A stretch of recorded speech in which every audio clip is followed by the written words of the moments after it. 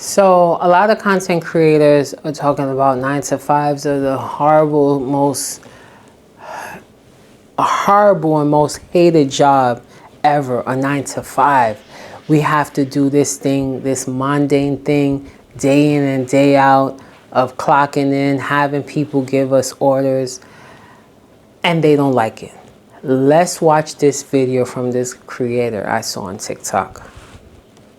I'm only 2 years into working my 9 to 5 job, and this is awful. So you're telling me I'm having the Sunday scaries every week to dread 5 days of my life, to then be rewarded with a little thrill on Friday, but then be so tired from working that I pass out at like 10 p.m. Live for Saturdays, love them, but really that is only one full day of fun, because Sunday, have a great Sunday morning, and then Sunday afternoon rolls around and I have the Sunday scaries and I'm dreading my life for the next 5 days. I went to college for 4 years to be stuck. I need to use that because I honestly understand what she's saying, because I work more than 5 days. I work 7 days. I work 7 days. No, 6 days a week. But when I was working 5 days a week and didn't have like a side hustle and then this YouTube side hustle, anyway, Fridays were the best days. Then, you know, you wanted to do everything. But the Sunday scaries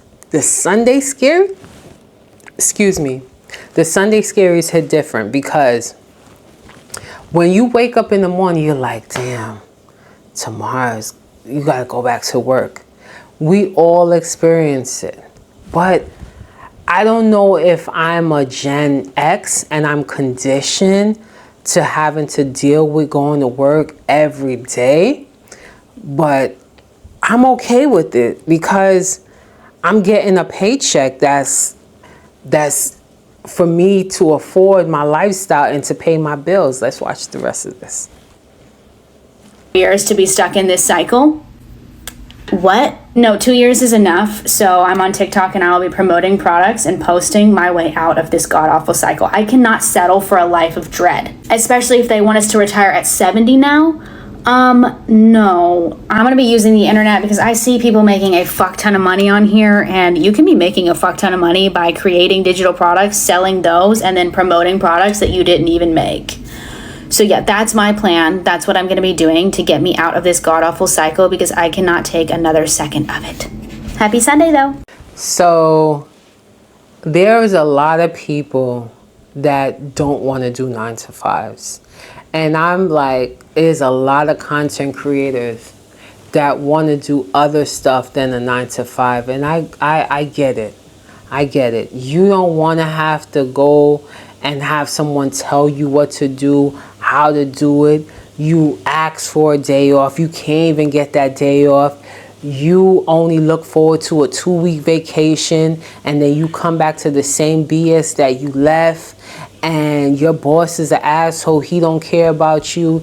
Your kids are bad and you need time off to take care of them, and they don't want to give you the time off. Yes, I get it.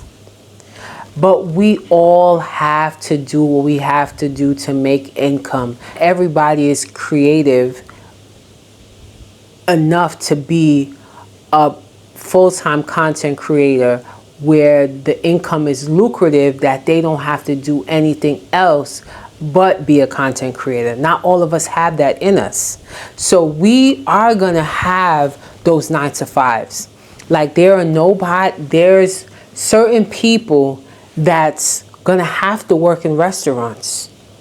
Maybe they don't wanna go and get an education and they're fine with being a restaurant staff, a waiter. Maybe, you know, that's what they wanna do. So we have those people. People need to understand there's a position for everybody in life for our lives to be fruitful. If nobody wants to work in the offices, how are we getting paperwork done? How the bank's getting loans? How are we getting life insurance? Those people work 9 to 5. How are we getting approved for procedures? Because it's someone else that's doing the 9 to 5 that's possibly approving our surgery that we need. Everyone has a position to play in life. Not everyone could be a content creator and work for themselves. We all need everyone. We need blue collar workers. We need white collar workers. We need the CEO. We need the president. Everybody has their hand to play. Let's watch this next clip where this guy puts a spin on the 9 to 5, and I love this down. So I want to say about 7 years ago, I was working just a regular odd-end job at like a warehouse, a factory, and I literally hated it. I was doing some other things on the side, but I knew it wasn't going to give me like longevity. So I started to really pray, and I prayed and I prayed and I prayed, and God really saw me struggling. So he gave me something. And I'm going to tell you exactly what that was. He put me a part of an opportunity where it completely changed my mindset and how I thought, how I saw money, how I looked at people, my outlook on jobs in the world. And now, let me give you the new realization that I've had. So jobs not necessarily aren't supposed to really make you happy, right? If you really think about it, jobs are literally made to set you up to where you're tired, to where when you get off work, you don't have any energy to go and do the thing that you actually want to do. You don't have the energy to go and put the time into what you're passionate about, right? But here's the thing. God gave me a new perspective, and he showed me that jobs are literally just to help you build, right? It's like stepping stones. And the thing is, most people go to work jobs and just try to get the most money, right? But you shouldn't do that. But this is what you actually should do. You should think about what it is that you're passionate about and what it is that you love. And you should find a job that's going to help you be successful at that in the long run. In other terms, you want... So I'm going to stop before he goes. We were conditioned, and I say we because myself, the baby boomers that raised me, we were taught that you have to work hard to go up the ladder and succeed. And that's what he's talking about. You don't necessarily have to work hard to break your back, to make these companies monies, to feel like that's the only way you're gonna be rich and wealthy, because you're not.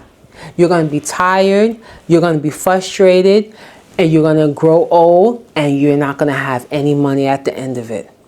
Because if you're working 70 years of your life and only have $2,000 savings and feel like that's the best thing and you were well off, no, you weren't.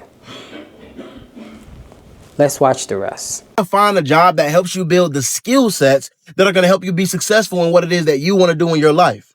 So for me personally, I know that sales is my thing. It's my niche. It's God's gift to me. He gave me a gift of gab, the gift to speak, the gift to inspire people. So I know that sales is my thing. And ultimately what I want to do is I want to build up a huge real estate portfolio, and I want to master the wholesale real estate game and make my first $1 million doing that.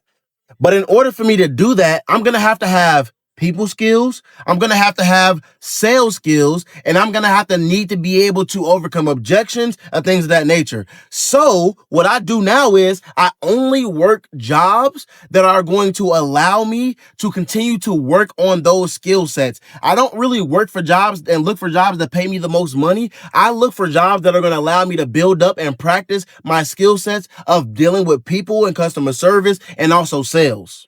So right now, if you're one of those people who are like you hate working. So I'm going to stop it right there. He has a point. We were taught when we are in school, we're placed in school at young age for socialization skills.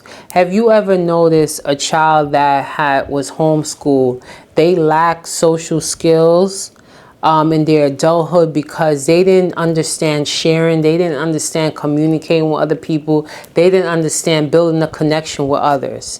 That's what working a job teaches us. When your child as a teenager get a job, they are learning how to deal with people on a professional level. They're learning the means to get an income. They're learning how to climb the corporate ladder, how to engage with people professionally, even when they have a disagreement. They're learning all those skills to better themselves.